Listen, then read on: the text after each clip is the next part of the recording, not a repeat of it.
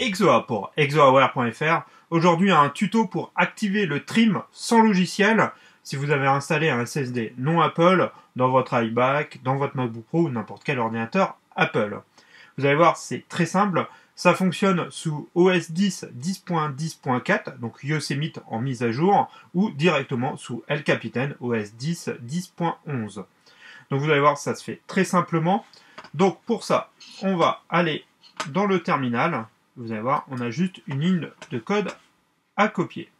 Donc on va dans le terminal, hop, là on y est, et il va falloir aller taper ou venir copier-coller ce que j'ai fait, la ligne de code sudo trimforce enable pour venir activer directement le trim.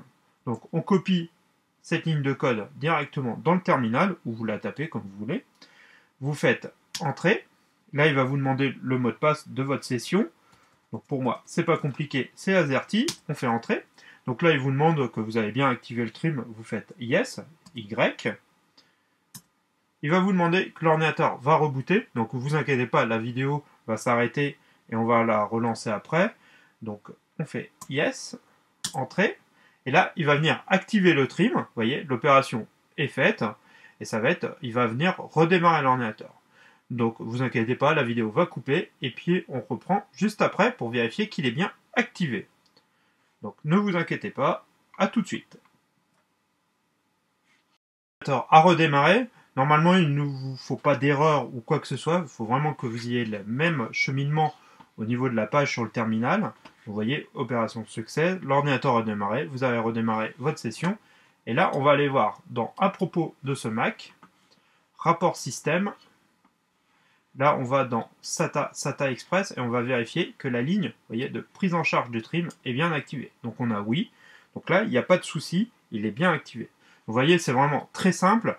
C'est une installation propre de l'activation du trim. Si vous faites des mises à jour, il n'y aura pas besoin normalement de réactiver. S'il faut, vous retapez juste la ligne de code sudo trimforce enable et il n'y a pas de problème. Faites attention, j'ai des cas où vous avez un SSD et un autre disque dur dans la machine.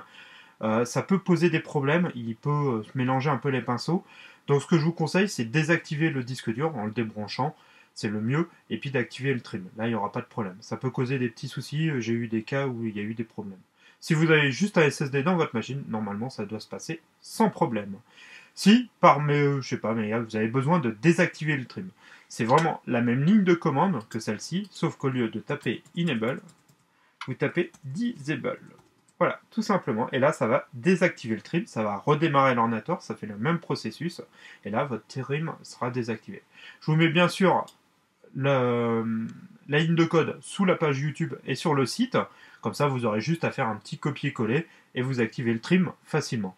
C'est vraiment une super solution. C'est mieux quand même que je trouve que la version logicielle où il fallait retirer des sécurités de Yosemite ou de El Capitan pour pouvoir activer. Là, ça se fait sans problème, proprement. C'est vraiment la façon que je peux vous conseiller de le faire. Si après vraiment ça marche pas, vous utilisez le logiciel Trim Enable, qui est un logiciel que vous pouvez trouver gratuitement sur internet.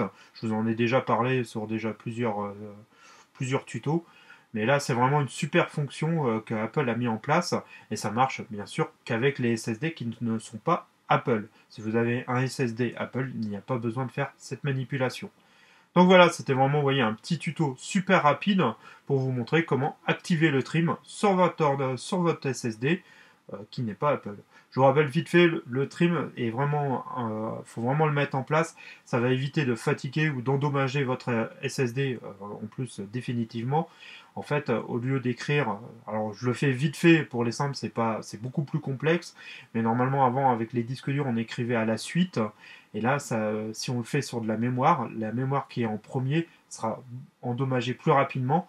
Donc ça permet d'écrire aléatoirement sur votre SSD et de fatiguer en fait toutes les mémoires en même temps, au lieu de fatiguer qu'une partie de la mémoire du SSD et de le rendre même votre SSD ne plus fonctionner par la suite. Donc ça permet de garder une meilleure vie de votre SSD et un meilleur confort d'utilisation au niveau rapidité et des choses comme ça.